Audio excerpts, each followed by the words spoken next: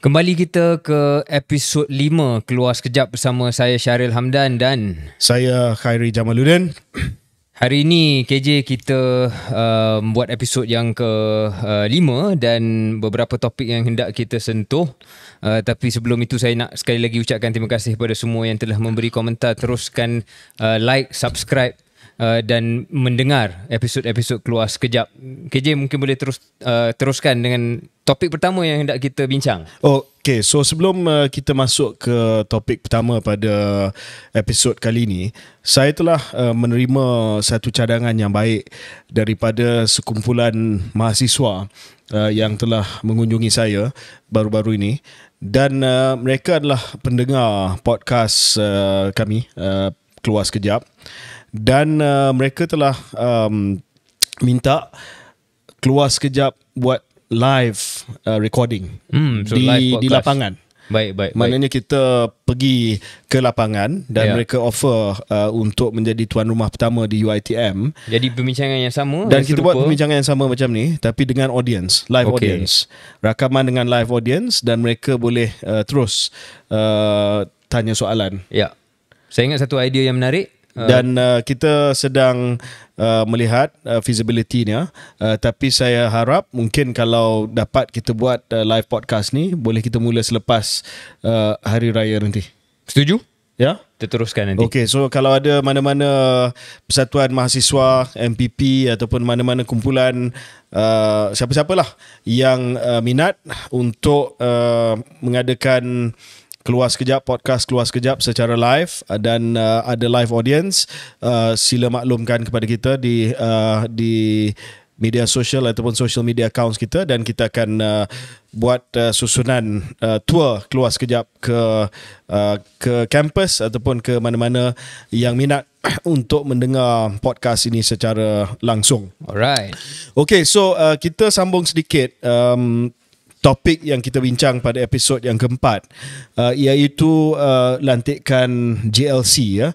Dan kita nak tamatkan topik ni pada episod inilah. Saya nak bangkitkan semula berkenaan dengan lantikan politik ini sejak podcast yang lepas, di mana kita telah mengupas lantikan Ashraf Wajdi dan juga beberapa lantikan daripada PKR, Nur Amin Ahmad dan juga Datuk Bakhtiar di syarikat-syarikat JLC, syarikat-syarikat berkaitan kerajaan ataupun agensi badan berkanun kerajaan. Telah pun berlangsung beberapa lagi lantikan yang telah dibuat oleh pelbagai parti, ya. Yang pertamanya adalah lantikan yang diumumkan oleh Wak Zahid, iaitu lantikan Datuk Jazlan. Ya, Datuk Jazlan Macang. Jazlan Macang, lupa nama penuh dia. Datuk Jazlan Macang, ya, sebagai pengerusi Felkra. Ahmad Jazlan Yaakob. Ahmad Jazlan Yaakob, yes. Abi Jazlan. Okey, dan beliau dulu pernah menjadi pengerusi Felkra di bawah Datuk Seri Ismail Sabri kalau tak silap saya, dan dilantik semula sebagai pengerusi Felkra dan diumumkan oleh Wak Zahid baru ni, ya, Presiden UMNO. Dan selain daripada Datuk Jazlan, satu lagi lantikan yang telah diumumkan adalah lantikan Datuk Hussam Musa sebagai pengerusi SPNB, ya.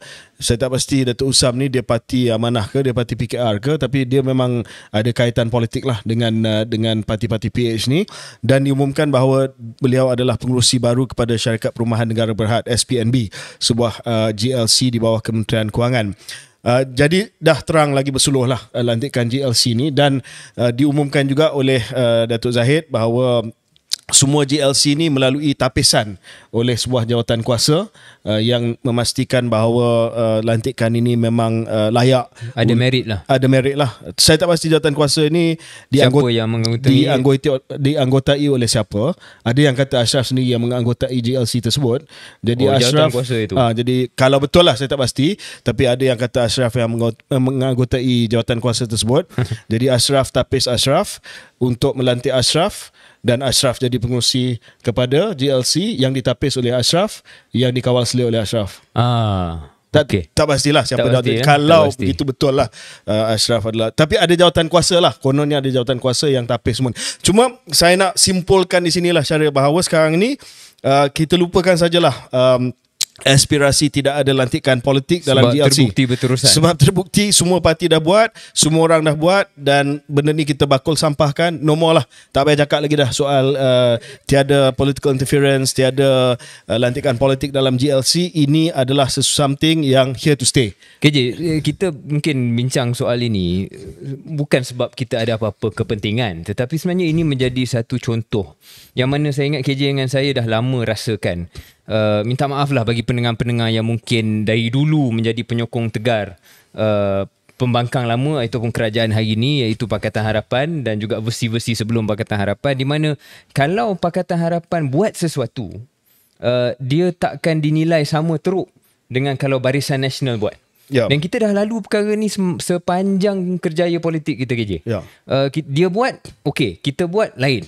Jadi saya nampak itu sebenarnya poin yang kita nak cuba sampaikan lah. Sekurang-kurangnya dalam hal lantikan GLC ni kita rekodkan. KJ pun dah terus terang dalam episod yang lampau, tak ada KJ tak sebenarnya bukan anti lantikan Saya politik. Saya okey. Dia lebih kepada prinsip. Tapi jangan dulu cakap tak boleh, sekarang cakap boleh. Yes. That's all. Dan dalam konteks ini, jangan kalau A you tak bising, janganlah kalau B buat pula menjadi isu dan menjadi bahan. Okay.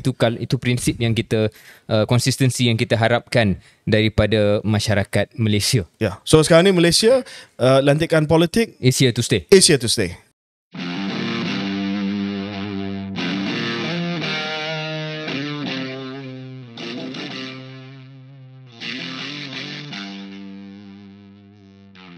Jadi kita pergi kepada topik seterusnya. Topik seterusnya, topik yang dekat dengan sejarah kita ataupun recent history kita, iaitu dalam Parti UMNO sendiri.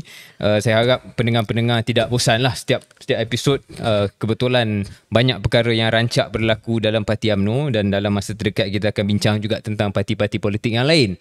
Tetapi kebetulan pada 18 hari bulan, iaitu minggu yang sudah ini tamat, dan noktahlah pemilihan UMNO, yang mana beberapa jawatan-jawatan besar telah dipertandingkan, melainkan kita dah sebut banyak kali 2 jawatan paling utama. KJ ada senarai keputusan-keputusan yang mungkin kita nak go through dan berikan sedikit komentar. Okay, so pemilihan UMNO baru selesai pada hujung minggu yang lepas, pada hari Sabtu 18 hari bulan Mac. Dan kalau kita tengok daripada senarai calon-calon yang telah berjaya untuk memenangi jawatan-jawatan tertinggi, kita fokus dulu kepada jawatan yang paling tinggi lah yang dipertandingkan, iaitu jawatan Naib Presiden, disebabkan Presiden dan Timbalan Presiden tidak dipertandingkan, ya.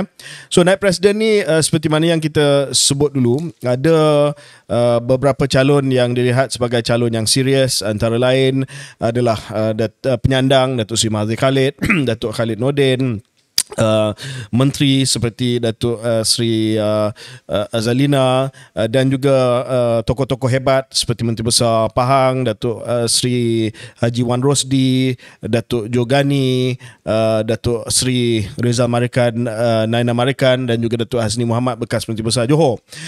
Dan keputusan yang telah pun diumumkan adalah pemenangnya nombor 1, ya, Naib Presiden nombor 1 yang telah berjaya mendapat undi yang paling tinggi sekali adalah Yang Amat Berhormat Datuk Seri Haji Wan Rosdi bin Haji Wan Ismail.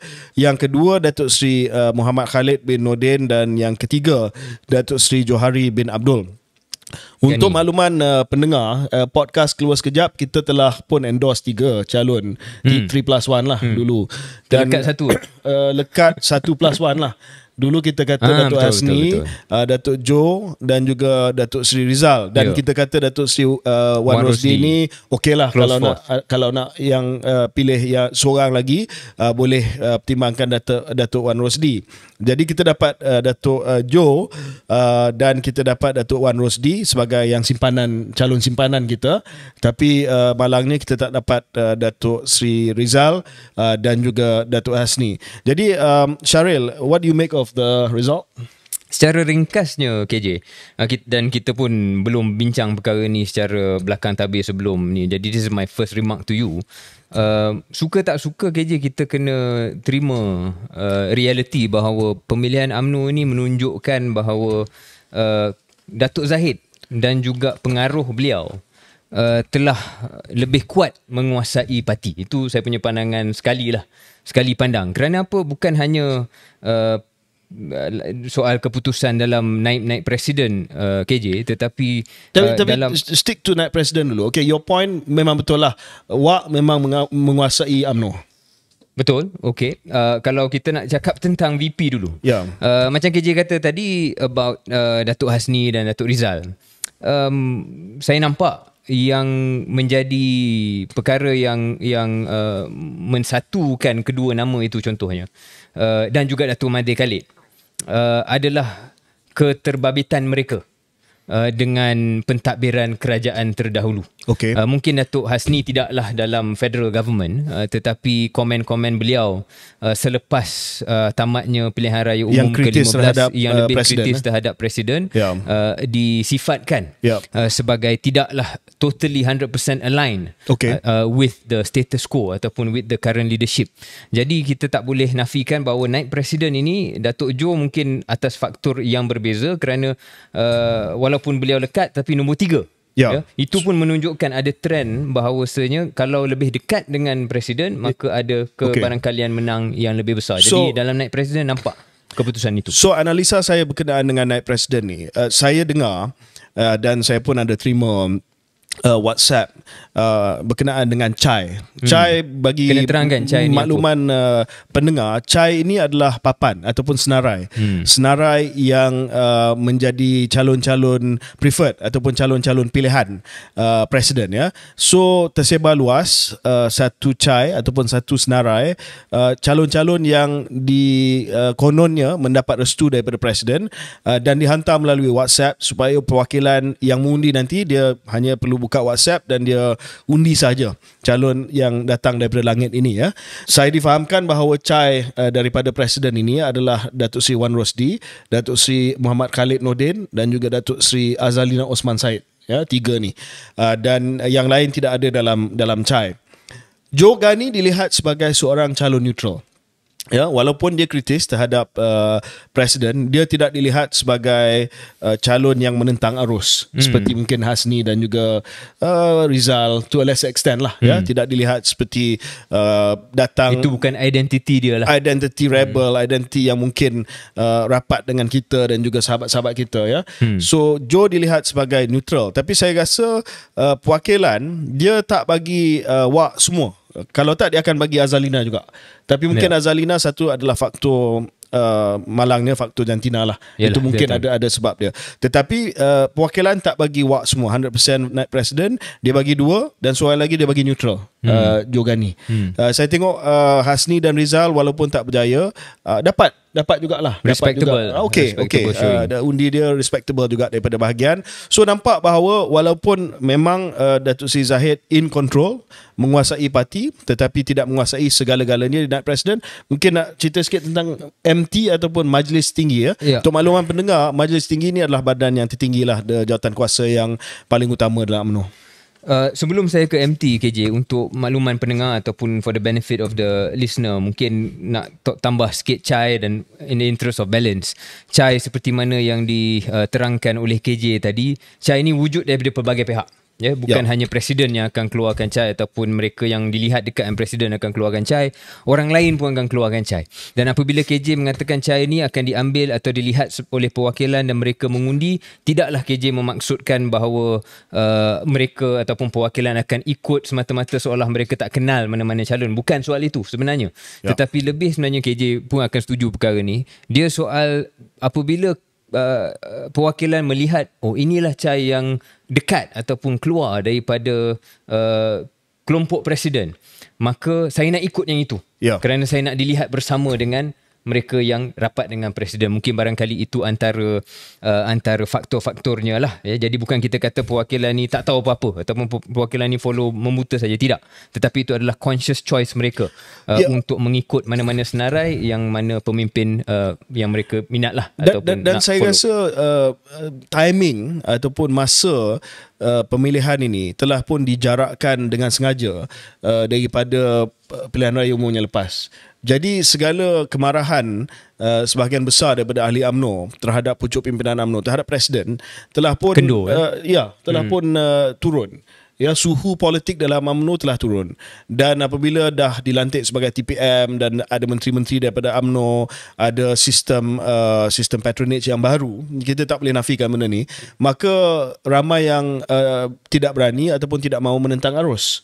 So benda ni dah jadi satu yang memang dah menjadi gelanggang presiden. Ya. Saya tak cakap benda ni sebab saya nak memberi alasan, ya. Sebab kita pun cuba bantu rakan-rakan kita. Dan mungkin salah satu perkara yang kita telah kena mengakui adalah mungkin pengaruh kita juga tak adalah kuat mana sangat, terhad. Sebab sekarang ni kita tidak bersama dengan tidak ada dalam parti, tidak ada apa-apa jawatan, tidak ada apa-apa pengaruh. Jadi kita kena admit benda tu dan kita kena mengakui bahawa this is currently Zahid Hamidi's party. Yeah. UMNO is Zahid, Zahid is UMNO. And again, in the interest of balance, that's the game, and he played it. And he played well. His hand. So tahniah kepada Wak. Kerana menyusun segala. You are the emperor in UMNO now. But let's just go to MT sekejap. Ya? For now. Let's talk about MT sekejap. Jadi MT sebenarnya KJ yang saya nampak even stronger lah apa yang saya sifatkan tadi. Iaitu betapa Datuk Seri Zahid in control. Kalau naik presiden tadi mungkin kita boleh ada certain bukan reservations lah, explanations yang tidaklah terlalu black and white.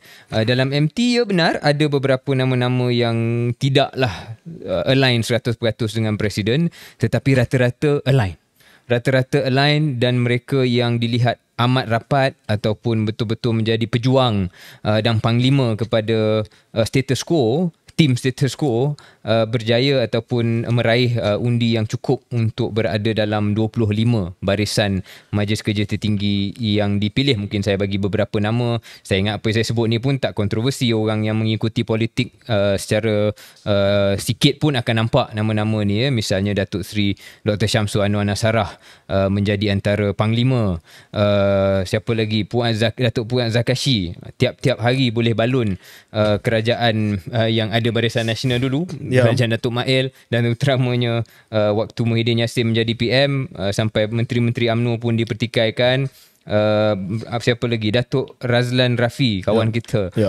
Razlan mungkin tidaklah sebelum ini begitu vokal, tetapi hujung-hujung penggal tu mula jadi vokal dan beliau adalah setiausaha politik kepada Datuk Seri Zahid. Jadi itu clear. And a few other names, anybody can just go through the list, and dan ramai begitu. Tetapi KJ, macam saya bagi isyarat tadi, ada juga beberapa nama yang buck the trend sedikit. Siapa? Misalnya yang paling glaring sekali adalah number 4, Senator Tengku Datuk Seri Utama Zafrul bin Tengku Abdul Aziz. Dah tentu beliau bukanlah dilihat sebagai orang mana-mana. Saya bukan kata dia anti Datuk Zahid, tidak. Tetapi tidaklah dilihat sebagai pengikut mana-mana kelompok. Dan beliau pun boleh dikatakan recent politician. Dan yang menarik Tengku Zafrul adalah beliau masuk politik pun secara frontline, secara national level apabila dilantik oleh Tan Sri Muhyiddin. Dan biasanya ataupun tempat lain dalam pemilihan ini, sesiapa saja yang dilihat ada sikit pun kaitan dengan Tan Sri Muhyiddin, malah dengan Ismail Sabri, akan tidak mendapat sokongan yang cemerlang ataupun yang memberangsangkan, kecuali beberapa individu termasuklah Tengku Zafrul.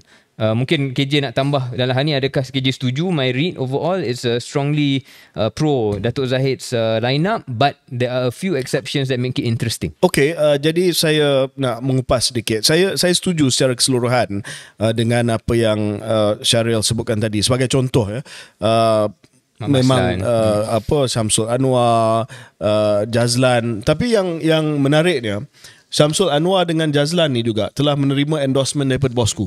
Ingat lagi tak, bosku telah buat satu Facebook post. Betul. Ataupun admin dia, sebab dia tak ada akses kepada komputer, telah buat Facebook post yang mengatakan bahawa jangan lupa orang seperti Syamsul Anwar Nasrah dan juga Jazlan yang telah letak jawatan apabila kita tarik sokongan terhadap kerajaan Tan Sri Muhyiddin dahulu. So memang mereka dapat double endorsement lah daripada Wak dan juga daripada bosku. Memang betul, tapi saya nak cakap bahawa tidak semestinya mereka menang di MT bermaksud bahawa mereka diterima di bahagian. Ini pendengar kena faham juga. Menang di MT maksudnya dia menang atas semangat sentimen nasional. Dia mungkin adalah senarai calon-calon favourite Chai daripada presiden, ya. Tetapi tidak bermaksud bahawa dia dapat tempat di bahagian. Bahagian dia. Di bahagian dia. Kita ambil contoh, ya. The trifecta of the president's attack dogs, Lokman Adam, Fuad Zakashi dengan Isham Jalil. So apa-apa isu mereka lah yang ke depan, ya, this trifecta ni. Isham Jalil saya tak pasti dia bertanding ke tidak di bahagian, tapi Fuad dia kalah. Dia kalah di Batu Pahat. Dia kalah di Batu Pahat dan dah lama dah dia jadi ketua bahagian. Dia kalah di Batu Pahat dan Lobak dia kalah di di Seri Gading. Lasim, sahabat kita Lasim menang. Yes. Lasim Cino menang, kalahkan Lobak Man di Seri Gading. Dan Lasim tak menang di MT ke? Lasim tak menang di MT. Jadi point KJ tu actually Seri Gading is the best example to illustrate. So ada banyak kes di mana di bahagian, di tempat mereka sendiri dia tergolek, ya, mungkin sebab bahagian sendiri tahu dia punya real character, tetapi di pusat disebabkan dia terbang bersama dengan Chai, presiden, dia menang. Right. So kita kena fikirkan benda tu juga. Voters, pemilih ataupun perwakilan-perwakilan UMNO taktikal juga. Macam pengundi, kadang-kadang dia undi lain di DUN, dia undi lain di Parlimen. Dia dalam UMNO sama juga. Dia kalahkan Lokman Adam, dia kalahkan Fuad Zakashi di bahagian. So tak ada tempat di bahagian, tetapi dia menangkan di atas untuk kuatkan Zahid. Tapi sebelum kita wrap up isu pemilihan ni, saya nak lontarkan satu teori lah. Satu teori yang agak tak ramai yang sedang cakap teori ni, tapi saya tahu bahawa benda ni sedang dibisik di dalam UMNO dan mungkin selepas ini akan dibisik di kalangan rakyat juga. Adakah senarai pemenang-pemenang ini daripada naik presiden sampai ke MT sampai ke bahagian-bahagian, sebab banyak perubahan di bahagian, ya. Saya dia fahamkan ramai ketua-ketua bahagian yang baru, yang muda, mungkin sebaya dengan saya ataupun bersama dengan Syahril dulu. So ada saya pun. Big change, ya, ketua bahagian big change. Tapi kita pergi kepada MT lah. Adakah ini MT Datuk Zahid ataupun adakah ini MT Bosku? Soalan kita dengar jawapan Syahril selepas kita kembali daripada break.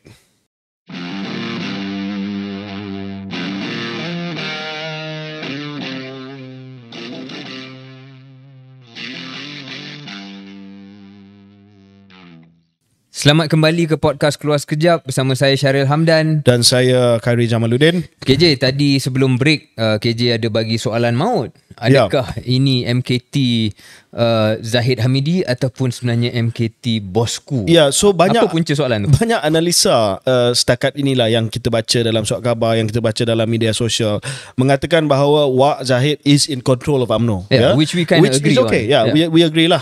Seolah-olahnya nampak atas permukaan cerita pemilihan ni, memang Datuk Seri Zahid is in control of UMNO, ya, dan dia telah menghantar satu syarat kepada PMX Datuk Seri Anwar bahawa tidak ada apa-apa yang perlu dirisau daripada UMNO sebab saya menguasai segala-galanya, ya. Dia Leviathan dalam UMNO. Tapi kalau kita tengok betul-betul, Datuk Zahid memang kuat, tetapi kalau kita tengok in detail, ya, kepada contoh kepada MT ni, saya nampak ramai yang actually sebenarnya adalah penyokong tegar Bosku, Datuk Seri Najib. Dan macam saya kata tadi, ya, jangan underestimate, jangan pandang ringan suara daripada belakang, suara di sebalik prison bar, suara yang ada dalam penjara sekarang ni, dan pengaruh suara tu untuk menentukan masa depan UMNO. So kita ambil contoh Ahmad Jazlan Yaakob yang kita sebutkan tadi, pengurusi Velcra yang baru. Abel Jazlan ni dia totok orang Bosku. Kita tahu pengurusi perhubungan UMNO Negeri Kelantan, he is Bosku man, Kegat 18 pun dia Bosku. Datuk Seri Abdul Aziz kawan kita, Aziz Baling, dia Kegat 101 pun dia Bosku.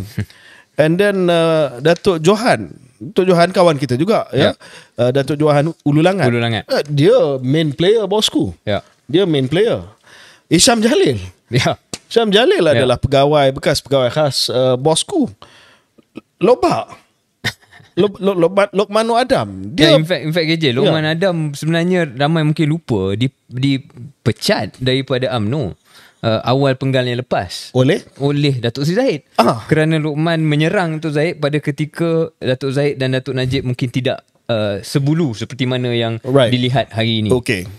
So Lokman dipecat oleh Datuk Zahid, dibawa balik oleh Datuk Zahid atas sebabnya membocorkan minit mesyuarat. Ya, tapi saya percaya Lokman punya dalam hati dia lah, kalau dia ada hati, dalam hati dia memang adalah Najib first. Najib first. Yes. Ini mungkin dia ada divided loyalty lah sekarang ni, kesetiaan yang berbahagi.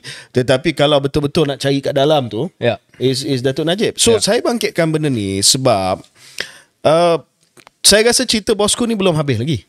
No, definitely belum habis. Dan saya rasa pendengar pun semua nak tahu tentang apakah perancangan bosku. Bosku is not finished. Saya nak sebut dalam podcast keluar sekejap, my view, dan pendengar pun tahu pandangan saya selepas kekalahan 2018 berkenaan dengan bosku. But I'm saying bosku is a force for sure to be reckoned with. In Malaysian politics and definitely in UMNO. Dan kalau dia nampak ada imprimatur ataupun kesan jari, fingerprints bosku dalam senarai pemenang ni, is not so much Zahid yang menguasai UMNO, tetapi Zahid / bosku. Dan mesti ada harapan di kalangan orang kuat bosku bahawa sesuatu mesti dibuat oleh Zahid dan juga mungkin by extension kerajaan yang sedia ada berkenaan dengan bosku. That's why saya kata cerita bosku ni belum selesai.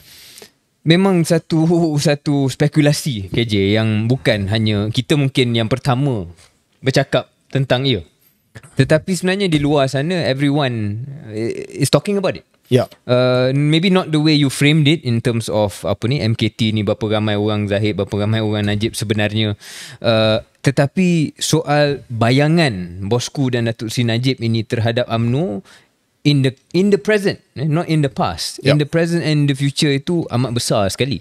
Dan bila kita cakap ni bukan soal falsafah, bukan soal konseptual, tetapi real practical implications dari segi berapa banyak daripada penyokong-penyokong beliau, bukan hanya dalam media sosial, bukan hanya di kalangan ahli bawah, tetapi dalam kepimpinan tertinggi dalam parti akan mula melihat apa sebenarnya yang akan berlaku kepada bosku. Dan apa peranan Presiden UMNO yang in control of the party as we say terhadap kes bosku. Sebab kalau kita tengok dari segi ciri-ciri kepimpinan, kita tolak ke tepi lah soal integriti, rasuah dan sebagainya. Kita just walaupun itu adalah isu besar, kita tolak ke tepi dahulu. Dari segi ciri-ciri kepimpinan, kalau nak letak bosku sebelah dengan Datuk Seri Zahid, I mean, come on. It's no comparison. No right? prizes for guessing. It's a slam dunk for bosku. Sure. I mean, just tengoklah. You know what happened last week, Syaril? Last week, PMX kita pergi merasmikan MRT, laluan MRT ke Putrajaya. MRT 2. We should go on that together. We should. Ini laluan MRT yang telah pun dipotong peruntukan oleh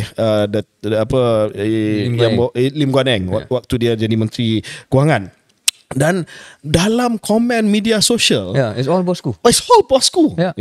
Saya tahulah tak adil untuk kata PMX nak claim credit. PMX tak claim credit. Dia pergi merasmikan, dia Perdana Menteri, tak salah. Tetapi komen semua terima kasih kepada bosku. Dan banyak komen yang mengatakan bahawa yes, we cannot forgive 1MDB, kita tak boleh memaafkan isu 1MDB, tapi dari segi policy bosku. KJ, side note, maybe one day kita patut buat an episode on Bosku's legacy. Maybe. And a fair comment. A fair comment. Especially you, KJ, will always be seen as somebody who is not his biggest fan.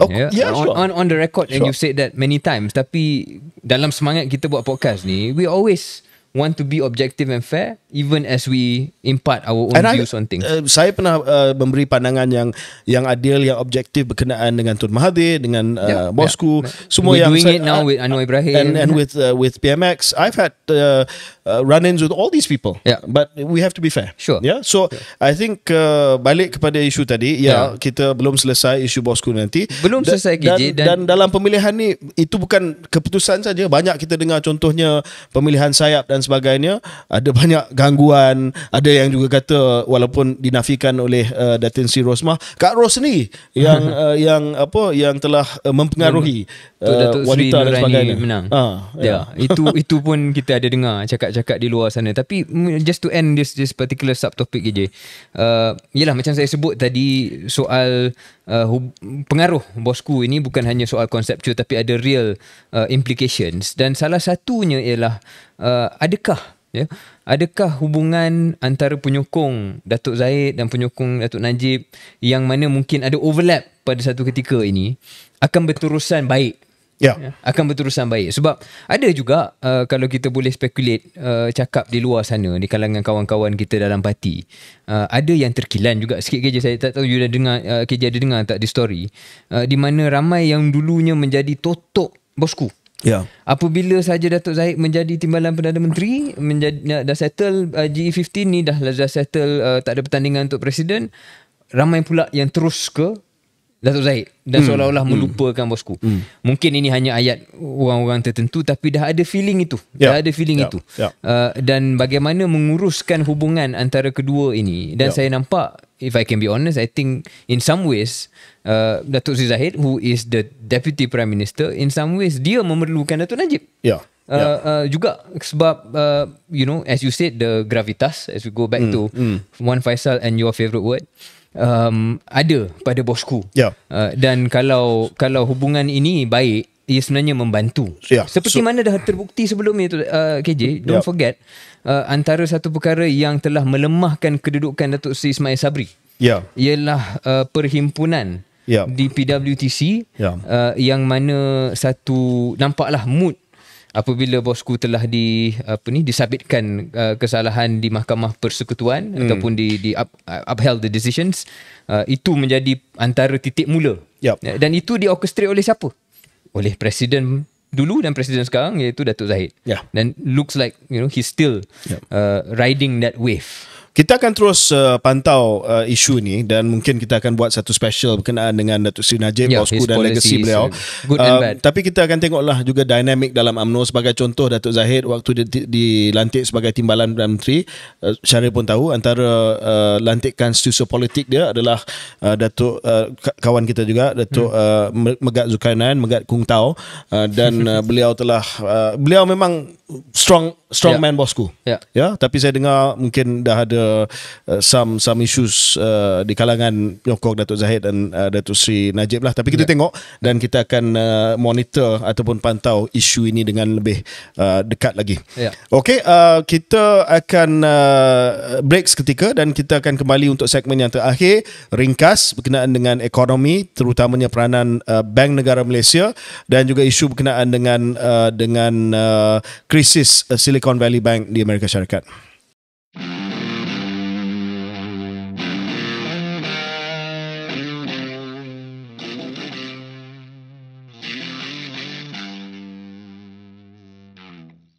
Kembali semula podcast Keluar Sekejap bersama dengan saya KJ. Dan saya Syaril Hamdan. Okey, kita ada segmen yang terakhir, ringkas. Kita akan bincang berkenaan dengan soal ekonomi, peranan Central Bank ataupun Bank Negara, dan juga isu berkenaan dengan krisis Silicon Valley Bank di Amerika Syarikat. Syaril, you want to take this? Kita sebenarnya nak kupas secara maybe indirectly isu yang hangat diperkatakan lebih setahun, iaitu penetapan kadar faedah ataupun OPR di Malaysia. Tapi sebelum kita cakap tentang OPR dan bagaimana berkait dengan perkara yang KJ dah gambarkan tadi, pendengar saya yakin semua tahu bank-bank pusat di dunia menetapkan kadar faedah yang menjadi rujukan kepada semua kadar faedah lain dalam negara itu. Jadi contoh di Malaysia, bila kita nak buat loan rumah ataupun kita nak buat loan ASB, kita akan jumpa dengan bank, dan bank akan bagi kita rate dia, interest rate dia BLR, Base Lending Rate Plus. base lending rate BLR itu pun bergantung kepada faktor-faktor termasuk dan terutamanya faktor OPR. Itu yang menjadi kesan besar dan rakyat semua dah mengalami sebenarnya kesan itu dalam setahun kebelakangan ini. Kita bercakap tentang hal ini kerana bank-bank pusat seluruh dunia banyak menaikkan kadar faedah lebih setahun, dan bermula dan diketuai oleh bank pusat paling penting dalam dunia iaitu Amerika Syarikat, US Fed. The US Fed telah menaikkan kadar faedah mereka dengan agresif sekali sejak lebih setahun dulu atau lebih kurang setahun dulu. Daripada dulu KJ about a year ago, kadar faedah di Amerika Syarikat hampir sifar, kosong. Dan hari ini telah naik mendadak sekitar 4.5, 4.75. Kenapa dia buat ni? Tujuan bank-bank pusat seluruh dunia, terutamanya Amerika Syarikat, menaikkan kadar faedah mereka adalah kerana bank pusat mempunyai mandat untuk price stability ataupun kestabilan harga, inflasi lah. Mengawal kestabilan harga, mengawal inflasi.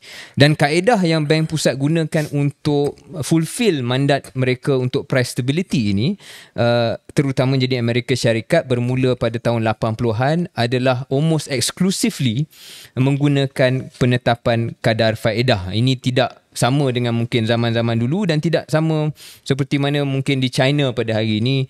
KJ pun tahu, saya yakin bahawa China tidaklah unidimensional seperti mana US Fed. Mereka menggunakan kaedah-kaedah lain termasuk untuk mengawal bagaimana bank komersial boleh bagi loan, dikurangkan ataupun diketatkan nilai mata wang mereka untuk memastikan bahawa inflasi itu boleh dikawal. Tetapi di Amerika Syarikat, mungkin atas ideologi free market mereka kurang sikit selesa lah untuk nak control what commercial banks can or cannot do in that way. Jadi dia control more indirectly, iaitu through interest rate setting. Semua ini bila kita naikkan kadar faedah akan membawa banyak kesan. Kesan yang mereka mahukan adalah untuk slow down the price increase, dan mereka sanggup untuk melihat mungkin ada pengangguran sedikit bertambah dan sebagainya. Tetapi yang menjadi isu dan menjadi topikal pada minggu ini ialah apa yang telah berlaku pada Silicon Valley Bank. Okay, but sebelum kita pergi kepada Silicon Valley Bank, mungkin saya nak ceritakan sikit dan minta pandangan cara berkenaan dengan kebebasan bank pusat ataupun central bank, ya. Sebab saya rasa ini perkara yang tidak diketahui oleh sebahagian daripada rakyat kita. Bila OPR ataupun kadar faedah, overnight policy rate, dinaikkan oleh Monetary Policy Committee, Jawatankuasa Dasar Monetary Bank Negara Malaysia, mereka akan salahkan kerajaan. Malah dulu mereka salahkan kerajaan dan mereka kata ini adalah keputusan yang membebankan rakyat, yang sepatutnya kerajaan dan juga jemaah menteri boleh mengelakkan daripada buat keputusan tersebut. Tapi saya nak terangkan kepada pendengar bahawa di sebahagian besar daripada negara-negara dalam dunia yang mempunyai sistem ekonomi terbuka, kapitalis, ataupun sistem yang lebih sosialis, tetapi mengamalkan kebebasan central bank. Ya. Maknanya orang politik tidak menentukan monetary policy. Monetary policy iaitu dasar-dasar yang berkaitan dengan kewangan, dengan putaran duit yang berada dalam ekonomi, ditentukan oleh profesional, oleh teknokrat, Governor Central Bank. Dalam Monetary Policy Committee Bank Negara Malaysia, Menteri Kewangan tidak ada di situ. Menteri Kewangan tidak boleh mengarahkan bank negara untuk menaikkan OPR ataupun menurunkan OPR. Menteri Kewangan dan juga Pembendaharaan ataupun Kementerian Kewangan bertanggungjawab atas dasar fiskal, dasar perbelanjaan kerajaan. Tapi dasar monetary menentukan kadar faedah, menentukan putaran duit yang ada dalam mana-mana ekonomi adalah tugas daripada profesional teknokrat. Dan ini telah diasingkan supaya dasar monetary ini tidak dipolitikkan. Dan setiap bank pusat ada mandat masing-masing. Kebanyakan daripada bank pusat di barat, dia ada mandat untuk mengawal inflasi tidak lebih daripada 2%, ya, kalau kita tengok Federal Reserve dan sebagainya. Bank Negara Malaysia blended blended mission, ya. Dia melihat kepada inflasi dan juga dia melihat kepada economic growth. Jadi dia tidak hanya taksub kepada sasaran inflasi semata-mata, tapi dia juga melihat bahawa ini adalah sesuatu yang bagus untuk satu, mengawal inflasi, tetapi dua adalah bagus untuk pertumbuhan ekonomi. Sebab kadang-kadang dua polisi itu boleh bercanggah dalam keadaan kita ada inflasi yang terlalu tinggi, ya. So balik kepada Syaril, this issue of central bank independence perlu diterangkan kepada pendengar supaya mereka tidak menyalahkan mana-mana kerajaan, jemaah menteri, bahawa ini adalah keputusan kabinet. Ya, saya ingat poin KJ sangat tepat sekali. Mungkin secara ringkas, bagi mereka yang minat sejarah kebebasan, konsep kebebasan bank pusat ni boleh Google, boleh baca. But basically ia berlaku pada tahun 80-an, bermula daripada 80-an apabila governor ataupun chairman lah Fed, iaitu governor Bank Negara Amerika Syarikat lah, Bank Pusat Amerika Syarikat, menaikkan kadar faedah dengan cukup laju. Paul Volcker shock. Berbelas-belas persen, dan pada waktu itu dia ada percanggahan lah dengan Presiden Amerika Syarikat. Jadi mereka sampai ke satu konsensus. Konsensus dia macam biasa dalam dunia ni, sebenarnya a lot of consensus comes from Amerika Syarikat. Yang mana itu topik yang lebih luas. Jadi dalam hal ini, dalam dunia moden ataupun dunia contemporary, central bank independence, kebebasan bank pusat ni almost taken for granted. Almost taken for granted. Dan dalam konteks itu, dua perkara. Satu adalah mungkin rakyat boleh lebih fair kepada politician, tak kira siapa dalam kerajaan lah, PKR ke, UMNO ke, siapa-siapa yang lain ke. Jangan kita lupa bahawasanya kita mengamalkan kebebasan bank pusat, bank negara dalam menetapkan dasar monetary. Yes, ada beberapa pengecualian. Before siapa-siapa komen cakap OKJ cakap cerita tak habis. Yes, dalam akta ada beberapa cara lah, tapi cara tu pun memang didesign untuk susah. Terpaksa pergi ke parlimen and all sorts of things. So we take for granted that basically central bank independence adalah perkara yang diterima pakai di banyak negara, dan Malaysia tidak mahu dan sebenarnya agak berisiko tinggilah untuk depart from that, melainkan satu konsensus baru muncul satu ketika nanti. I think the Minister of Finance, Menteri Kewangan, boleh memberi pandangan kepada central bank berkenaan dengan pandangan beliau dan juga pandangan pembendaharaan, dan memang sering kali berlaku berkenaan dengan circulation monetary policy, circulation of money, inflation targeting and all that. Tetapi keputusannya akhirnya mesti dibuat oleh Jawatankuasa Monetary Policy Committee yang bebas daripada pengaruh politik. I think that's the point. I want to add one more point, KJ, and I said this last year when I was in my previous position, to some consternation among people who didn't want to be entirely balanced. Tapi saya harap point ni boleh di-appreciate, iaitu yes, dengan monetary policy dan juga monetary policy committee dan juga bank negara ada kebebasan, mungkin mereka juga ada tanggungjawab. Dan saya rasa governor pun tak bersetuju dengan perkara ni. Dia akan setuju. Di negara-negara lain, especially negara yang moden, yang selalu kita tengok parlimennya on TV dan sebagainya, governor bank pusat mereka kena berhadapan dengan ahli-ahli parlimen dan televised on TV to justify certain actions. Saya tak tahu sama ada Malaysia sudah bersedia untuk model sebegitu, supaya kalau membuat satu keputusan yang memberi kesan yang besar seperti mana OPR dan apa-apa lagi keputusan lain selepas ini, ada a certain level of accountability and scrutiny. Public accountability, and yes, scrutiny. Accountability mungkin dah ada. The scrutiny from the public.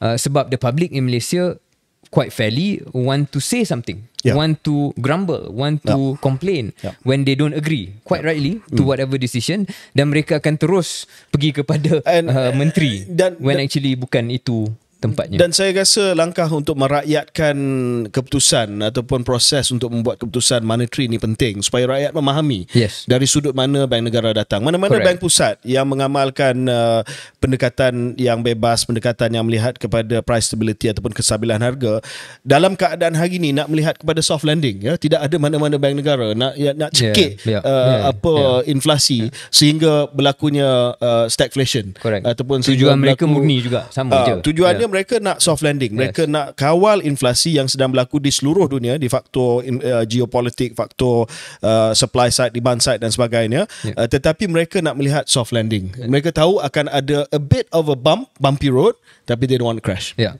Anyway, going back to apa yang kita bincangkan dan kenapa benda ni topical. Yep. Ada pelbagai kesan sampingan macam saya sebut tadi apabila kadar faedah dinaikkan dengan drastik. Yang paling dramatik yang baru-baru ni macam saya katakan tadi, Silicon Valley Bank yang menghadapi bank run dan bank failure. Kenapa benda ni berkait dengan kadar faedah? Saya cuba ceritakan untuk pendengar secara ringkas. Puncanya secara ringkas ialah apabila Silicon Valley Bank menggunakan deposit yang mereka ada untuk beli US Treasury Bonds ataupun bond kerajaan Amerika Syarikat. Ini sebenarnya cara yang most banks make money. Banks basically dia ambil deposit dan digunakan deposit tu untuk beli aset lain yang memberikan pulangan kepada dia. Cuma masalahnya apabila kadar faedah di Amerika Syarikat itu naik secara mendadak dan dengan laju, nilai US bond ini telah merudum. Jadi harga US bond tu nilai dia drop. Sebab bagi mereka yang tidak familiar, just very briefly, nilai bonds adalah inversely related kepada interest rate. Jadi bila kadar faedah naik, nilai bond yang sedia ada dalam pasaran akan turun. Apabila kadar faedah turun, nilai bonds yang sedia ada dalam pasaran akan naik. That's just the way it is. Jadi bila Silicon Valley Bank banyak membelikan ataupun membeli aset US Treasury Bonds ni yang sebenarnya aset yang paling selamat dalam dunia, cuma nilainya jatuh, ini memberikan sedikit kekhawatiran dan pendek cerita that what happened was a bank run. Maknanya pendeposit yang simpan duit kat SV Bank ni, which are mostly venture capital backed startups, mula menarik keluar duit mereka, dan itulah yang berlaku sehingga menjadi bank run dan bank failure, sehingga terpaksa sekarang diambil alih oleh FDIC ataupun kerajaan Amerika Syarikat lah. Kenapa kita bangkitkan perkara ini adalah kerana saya nak tanya pandangan KJ, adakah ini menjadi permulaan? KJ tadi sebut soft landing. This is one of the indications a soft landing may not happen. Maknanya adakah ini permulaan kepada hard landing? Hard landing ni apabila naik sangat kadar faedah ni atas alasan ataupun atas sebab untuk kawal inflasi, something breaks. Dan is this the first major break yang boleh merebak ke tempat lain Amerika Syarikat? Dan juga kita tahu Amerika Syarikat ni bila dia bersin, orang lain pun berasa. So dia bukan hanya Silicon Valley Bank saja, tetapi ada perkembangan yang sedang unfolding right now. Credit Suisse, which is a huge bank yang juga dalam keadaan yang agak kritikal. Apa yang menjadi spekulasi sekarang ni, adakah ini akan menjadi seperti 2008 financial crisis? Kenaikan kadar faedah akan mencetuskan satu krisis kewangan dan krisis ekonomi yang akan menjadikan satu global recession. So we don't know yet. Cerita ni masih lagi tengah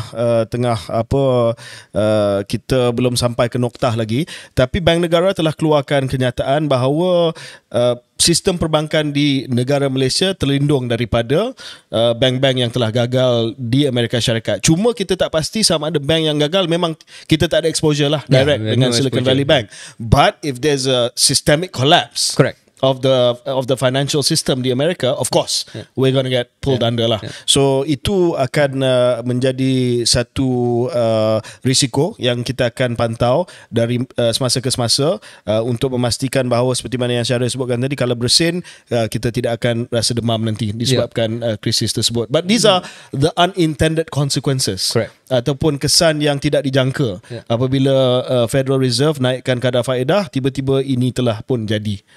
Dan yang merisaukan kita sikit, again, kita optimistik dan kita yakin bukan hanya kita yang pantau, yang lebih penting adalah Bank Negara dan juga kerajaan akan pantau kes ini, dan kita yakin apabila Bank Negara katakan there's nothing to worry, and I think Steven Sim pun ada keluarkan kenyataan yang serupa.